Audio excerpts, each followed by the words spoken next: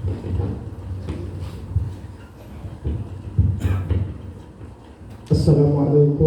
warahmatullahi wabarakatuh.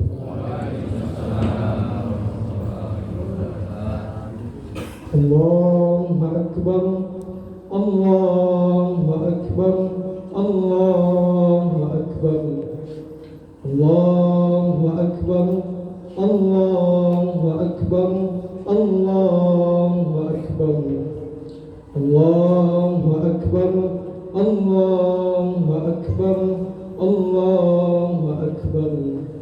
La ilaha illallah, Allahu Akbar, Allahu Akbar, walillahil hamd.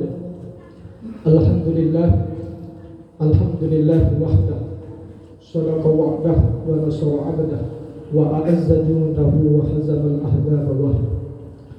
Asyhadu an la ilaha illallah wahdahu la syarika lah wa asyhadu anna Muhammadan abduhu wa rasuluhu la nabiyya ba'dah. Allahumma shalli ala sayyidina Muhammad wa ala ali sayyidina Muhammad. Amma ba'du, fa ya ayyuhan nas, usi bi nafsi wa iyyakum bi taqwallah. Ittaqullaha haqqa tuqatih wa la tamutunna illa wa antum muslimun. Faqala Allah Ta'ala fil Qur'anil Karim, a'udzu billahi minasyaitonir rajim, bismillahirrahmanirrahim. Walillahi 'alan nasi hajjul baiti man istata'a ilaihi sabila. Shadaqallahul azim wa balagha rasuluhul karim wa nahnu 'ala dzalika minasyahidin wasyakirin walhamdulillahi rabbil alamin. Hadirin wal hadirat, jamaah salat Idul Adha yang dimuliakan Allah Subhanahu wa taala. Bersyukur kita kepada Allah dengan mengucapkan alhamdulillahi rabbil alamin, yang mana Allah telah memberikan kesempatan kepada kita semua untuk melaksanakan sholat hari raya Idul Adha di pagi hari ini, dan insya Allah nanti juga akan disertai dengan penyembelihan hewan kurban. Ini sesuai dengan perintahnya Allah Subhanahu wa taala di dalam Al-Qur'an. Apa kata Allah? Fasholli li rabbika wanhar. Fasholli li rabbik, maka sholatlah kamu, kata Allah, karena Tuhanmu. Wanhar, dan berkurbanlah kamu sebagai sarana mendekatkan diri kepada Allah Subhanahu wa taala. Salawat dan salam tak lupa pula kita curahkan kepada Nabiyina wa Habibina wa Syafi'ina wa Zuhrina wa Maulana Muhammad sallallahu alaihi wasallam. Allahumma salli ala Sayyidina Muhammad wa ala ali Sayyidina Muhammad. Allahu Akbar, Allahu Akbar, Allahu Akbar wa lillahil hamd. Hadirin wal hadirat yang dimuliakan Allah Subhanahu wa taala. Sama-sama kita ketahui bahwa dalam satu tahun kita umat Islam itu mempunyai dua hari raya besar. Pertama adalah hari raya Idul Fitri yang kita rayakan setelah melaksanakan puasa Ramadan sebulan penuh. Yang kedua adalah hari raya Idul Adha yang kita rayakan setiap tanggal 10 bulan Zulhijjah. Menariknya, bulan Zulhijjah ini memiliki dua keutamaan. Keutamaan yang pertama, bulan Zulhijjah ini termasuk salah satu dari 4 bulan haram. Di antaranya ada bulan Rajab, bulan Zulkaidah, Zulhijjah, dan bulan Muharram. Yang kedua, bulan Zulhijjah ini juga termasuk salah satu bulan yang diperbolehkan melaksanakan ibadah haji. Makanya hari raya Idul Adha ini juga dinamakan dengan hari raya haji atau lebaran haji. Karena mulai tanggal 9 Zulhijjah kemarin sampai hari ini, umat Islam yang sedang menunaikan ibadah haji sedang berada pada puncaknya ibadah haji tersebut, yaitu wukuf di padang Arafah. Inilah kenapa dinamakan dengan hari raya haji. Allahu Akbar, Allahu Akbar walillahil hamd. Hadirin wal hadirat yang dimuliakan Allah Subhanahu wa taala. Berbicara mengenai tentang tentang ibadah haji. Ibadah haji ini merupakan rukun Islam yang kelima yang wajib kita tunaikan. Dalilnya firman Allah Subhanahu wa taala di dalam Al-Qur'an, Bismillahirrahmanirrahim, walillahi 'alan nasi hajjul baiti man istata'a ilaihi sabila. Allah Subhanahu wa taala mewajibkan umat manusia untuk melaksanakan ibadah haji bagi orang-orang yang mampu. Baik mampunya itu dari segi ekonomi maupun mampunya itu dari segi fisik. Ibadah haji ini minimalnya terdapat dua keistimewaan dibandingkan dengan ibadah-ibadah yang lainnya. Pertama, ibadah itu ada yang dititik beratkan kepada anggota badan, namanya ibadah badaniyah. Contohnya seperti sholat atau puasa. Ada juga ibadah itu yang dititik beratkan kepada hati, namanya ibadah qalbiyah. Contohnya seperti zikir khafi, zikir yang dilakukan secara tersembunyi. Ada juga ibadah itu yang dititik beratkan kepada harta, namanya ibadah maliyah. Contohnya seperti zakat, infak atau sedekah. Nah, kalau ibadah haji itu adalah gabungan dari keseluruhannya, baik itu ibadah badaniyah, ibadah qalbiyah atau ibadah maliyah. Kenapa demikian? Karena dalam ibadah haji anggota badan ikut melaksanakan, hati turun juga, harta pun keluar. Makanya ibadah haji ini adalah gabungan dari ibadah badaniyah, ibadah qalbiyah dan ibadah maliyah. Keistimewaan yang kedua, ibadah-ibadah yang lain jikalau sudah sampai waktunya maka bisa dikerjakan di berbagai tempat. Contoh seperti puasa Ramadan. Jikalau sudah sampai waktunya, mau puasa di Padang bisa, di Jambi boleh, di Riau pun jadi. Ibadah zakat, jikalau sudah sampai haul dan nisabnya, boleh dikeluarkan di rumah boleh, di kantor pun jadi. Berbeda dengan ibadah haji. Ibadah haji hanya mempunyai waktu tertentu dan boleh dikerjakan pada tempat yang tertentu pula. Makanya tak pernah kita mendengar ada orang pergi haji ke Jakarta. Karena ibadah haji ini waktunya tertentu, tempatnya juga tertentu. Inilah beberapa keistimewaan ibadah haji. Oleh karena keistimewaan haji inilah Rasulullah SAW bersabda. Apa kata Rasulullah? Al-hajjul mabrur laisa lahul jazaa illa al-jannah.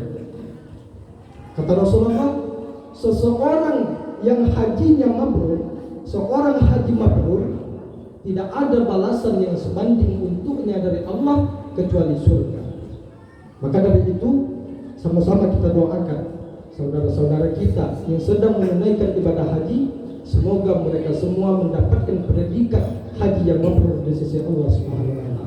Amin. Dan bagi kita yang belum mampu untuk melaksanakan ibadah haji, sama-sama kita berdoa agar secepatnya diberi kesempatan oleh Allah Subhanahu wa taala untuk melaksanakannya. Allahu akbar, Allahu akbar, Allahu akbar walillahi.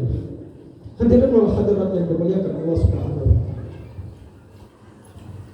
Selain dinamakan dengan hari raya haji, hari raya Idul Adha ini juga dinamakan dengan hari raya kurban atau Aidun Nahar, hari raya penyembelihan. Hal ini berkaitan dengan kisahnya Nabi Ibrahim alaihissalam dan Nabi Ismail alaihissalam. Di dalam kitab Mishkatul Anwar diceritakan bahwa konon Nabi Ibrahim alaihissalam mempunyai ternak 3.000 ekor domba, 1.000 ekor domba, 300 lembu dan 100 ekor unta. Riwayat lain mengatakan kekayaan Nabi Ibrahim mencapai 12.000 ekor ternak. Suatu jumlah yang menurut orang-orang pada zamannya adalah tergolong milioner. Pada suatu ketika Nabi Ibrahim alaihissalam pun ditanya oleh seseorang, "Wahai Ibrahim, punya siapakah ternak sebanyak ini?" Nabi Ibrahim alaihissalam pun menjawab, "Semua ini adalah kepunyaan Allah Subhanahu wa ta'ala, tapi kini masih milikku. Sewaktu-waktu bila Allah menghendaki, maka akan aku serahkan semuanya kepada Allah Subhanahu wa ta'ala." Jangankan cuma ternak, kata Nabi Ibrahim, bila Allah menginginkan anak kesayanganku pun, maka akan aku serahkan juga kepada Allah Subhanahu wa ta'ala. Di dalam kitab tafsir Al-Qur'anul Azim, Imam Ibnu Katsir mengemukakan bahwa pernyataan Nabi Ibrahim inilah yang kemudian dijadikan bahan ujian oleh Allah Subhanahu wa ta'ala melalui mimpinya yang hak, agar ia mengorbankan putranya Nabi Ismail yang kala itu masih berusia 7 tahun. Awal mula mimpi Nabi Ibrahim itu tepat pada tanggal 8 bulan Zulhijjah. Makanya hari itu dinamakan dengan hari Tarwiyah. Tarwiyah diambil dari bahasa Arab, artinya keraguan-raguan. Karena ketika Nabi Ibrahim terbangun dari tidurnya, Nabi Ibrahim pun ragu, apakah mimpinya itu benar-benar berasal dari Allah atau berasal dari iblis. Lalu pada keesokan harinya, tepat pada tanggal 9 bulan Zulhijjah, Nabi Ibrahim pun yakin dengan sebenar-benarnya bahwasanya mimpinya itu benar-benar berasal dari Allah Subhanahu wa ta'ala. Makanya dinamakan dengan hari Arafah. Arafah artinya pengetahuan atau keyakinan. Setelah itu Nabi Ibrahim alaihissalam pun datang menemui anaknya Nabi Ismail, sebagaimana yang diceritakan di dalam Al-Quran. Allah Subhanahu wa ta'ala berfirman, "Falamma balaghu ma'ahu sa'ya qala ya bunayya inni ara fil manam anni adbahu." Kata Nabi Ibrahim alaihissalam, "Ya bunayya, wahai anakku, sesungguhnya aku melihat di dalam mimpiku bahwasanya aku menyembelihmu. Fanzur madza tara, apa pendapatmu tentang hal ini?" Lalu Nabi Ismail alaihissalam menjawab, "Qala ya abati fa'al ma tu'mar." Wahai ayahku, kerjakanlah apa yang diperintahkan kepadamu. Satajiduni insyaallah minas sabirin. Sesungguhnya insyaallah engkau akan mendapatiku termasuk golongan orang-orang yang sabar. Lalu pada keesokan harinya, tepat pada tanggal 10 bulan Zulhijjah, Nabi Ibrahim dan Nabi Ismail pun berangkat menuju ke tempat penyembelihan. Namun sewaktu dalam perjalanan, iblis pun datang menemui Nabi Ibrahim alaihissalam untuk menggagalkan rencananya. Iblis pun berkata, "Wahai Ibrahim, apakah kamu tega menyembelih anak kandungmu sendiri? Apakah kau tidak malu? Apa kata orang nanti jika seorang ayah menyembelih putranya sendiri?" Lalu dengan tenang Nabi Ibrahim alaihissalam pun menjawab, "Ini adalah perintahnya Allah Subhanahu wa ta'ala. Maka dari itu tidak ada satupun yang bisa menghalangiku untuk melaksanakan perintah dari Allah Subhanahu wa ta'ala." Lalu Nabi Ibrahim pun mengambil batu kerikil lalu melempar si iblis sebanyak 7 kali. Iblis pun tak putus asa. Dia kembali mendatangi Nabi Ismail alaihissalam dan seraya berkata, "Wahai Ismail, apakah kamu rela disembelih ayahmu sendiri? Apa kata orang nanti?" Nabi Ismail pun dengan tegas menjawab, "Selagi ini adalah perintahnya Allah Subhanahu wa ta'ala, maka aku adalah orang-orang yang ikhlas dan sabar." Lalu Nabi Ismail pun melempar si iblis sebanyak 7 kali. Untuk yang terakhir kalinya, iblis pun datang menemui istrinya Nabi Ibrahim alaihissalam, yaitu Siti Hajar. Lalu membujuk Siti Hajar agar menahan suaminya untuk tidak menyembelih putranya.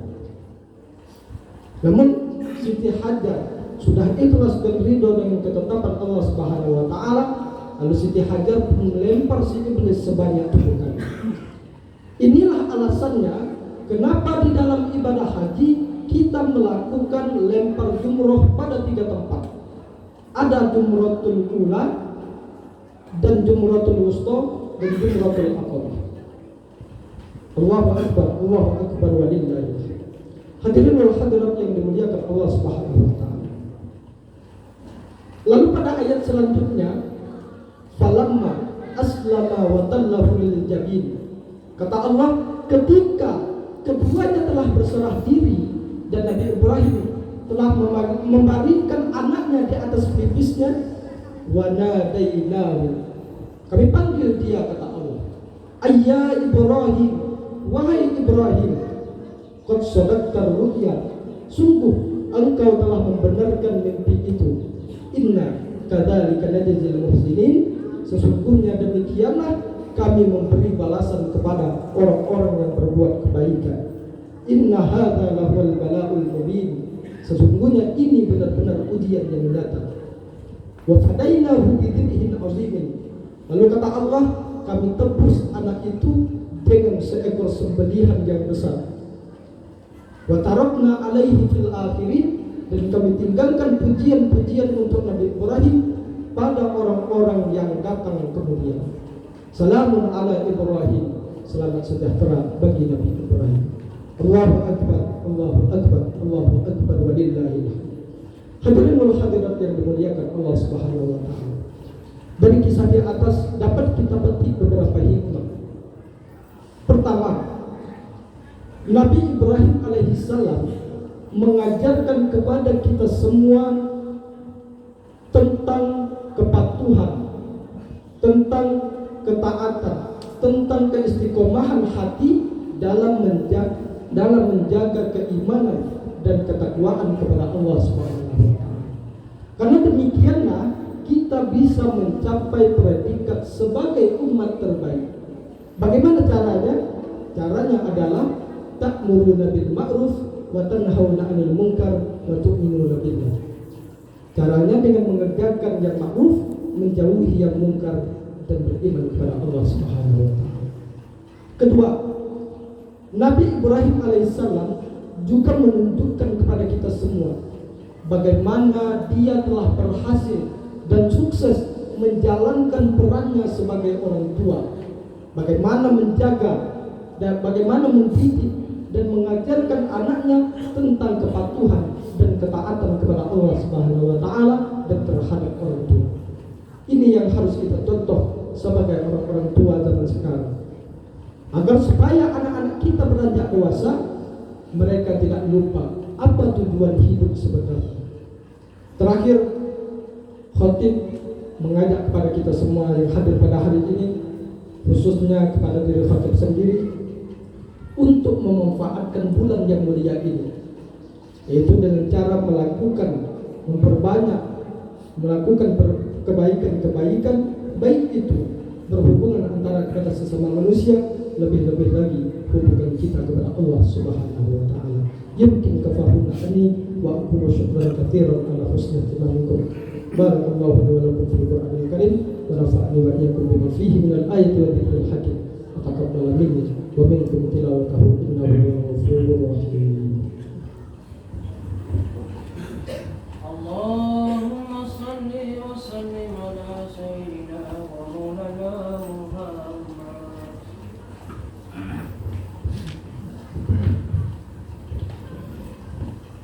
Allahu akbar, Allahu akbar, Allahu akbar, Allahu akbar, Allahu akbar, Allahu akbar, Allahu akbar. La ilaha illallah, wallahu akbar, Allahu akbar walillahil hamd. Alhamdulillahirabbil alamin, arrahmanir rahim, maliki yaumiddin. Asyhadu an la ilaha illallah wahdahu la syarikalah, iyyahu na'budu wa iyyahu nasta'in. Wa asyhadu anna Muhammadan abduhu wa rasuluh, al-mab'uts rahmatan lil alamin. Allahumma shalli ala sayyidina Muhammad wa ala ali sayyidina Muhammad. Amma ba'du, fa ya ibadallah, usi bi nafsi wa iyyakum bi taqwallah. ittaqullaha haqqa tuqatih wa la tamutunna illa wa antum muslimun. Faqala Allah Ta'ala fil Qur'anil Karim, a'udzu billahi minasyaitonir rajim, bismillahirrahmanirrahim. Inna a'tainakal kautsar fasalli li rabbika wanhar inna syani'aka huwal abtar. Shadaqallahul azim. Allahumma ighfir lil muslimina wal muslimat wal mu'minina wal mu'minat al ahya'i minhum wal amwat. Allahumma ahlimna ladzata maksiatik warzuqna ladzata ta'atik.